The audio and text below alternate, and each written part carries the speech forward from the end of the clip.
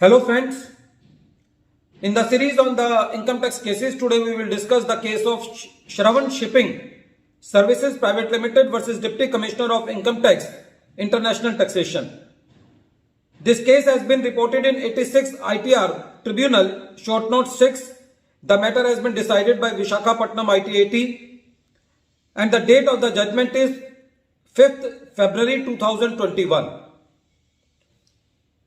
The logic of discussing this case is that it may happen that whenever any order in the Income Tax Act is passed against you, there is a genuine tax liability against you.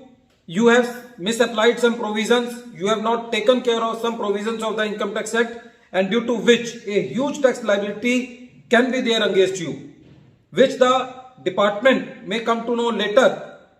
But when the assessment order is passed or any order is passed against you, then it is our primary duty to see whether this order has been passed within the time limits given in the statute. It may happen that there is genuine tax liability against you, but the order is time barred, so you can escape from the tax liability. This is the perfect example.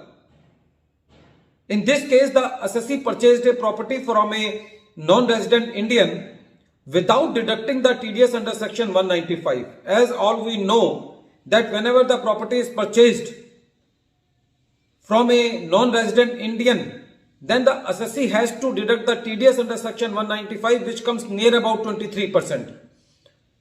The transaction has taken place in April 2010, meaning thereby that the financial year was 2010-11. There is section 201 subsection 3 which says that if the assessing officer finds any default in the TDS to deduct and pay the TDS, then he can pass an order within 6 months from the end of the financial year in which the transaction took place, or within 2 years from the end of the financial year in which the rectified statement has been filed by the assessee under section 200. But this period of 6 years has been increased to 7 years with effect from 1st October 2014. But in this case, since the assessee's transaction was in April 2010, so the period applicable to the assessee is 6 years. If we count the period of 6 years from 2011, so the limitation expires on 31st March 2017.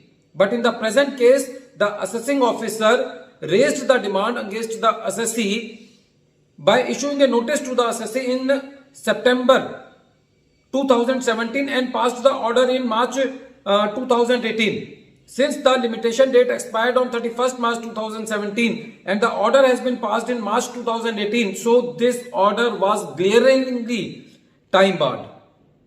If we see the liability part, then since the assessee has not deducted the TDS, so there was a genuine tax liability against the assessee and the interest for the 6-7 years. But since the assessing officer has missed the bus of the limitation period and was delayed by near about 1 year, so all the tax which can be collected from the assessee was a total loss to the revenue, just on the basis that the department has missed the bus of the limitation.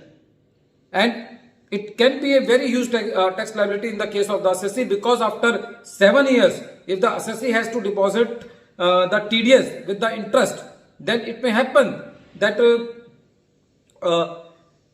the person from whom the property has been purchased may not get the refund of that, or the assessee is not able to get the refund of the TDS from that person. So once again I am repeating this point, that whenever an order is received by you, then it is our primary duty to check whether it is in within the limitation period, because if the order is delayed even by 1 minute, then the whole assessment proceedings and there will be no validity of that order in the eyes of the law. At the end of this video, once again I am repeating the name of the case. The name of the case is Shravan Shipping Services Private Limited versus Deputy Commissioner of Income Tax, International Taxation, and this case has been reported in 86 ITR Tribunal, short note 6.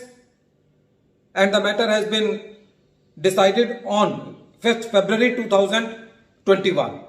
Thank you, friends.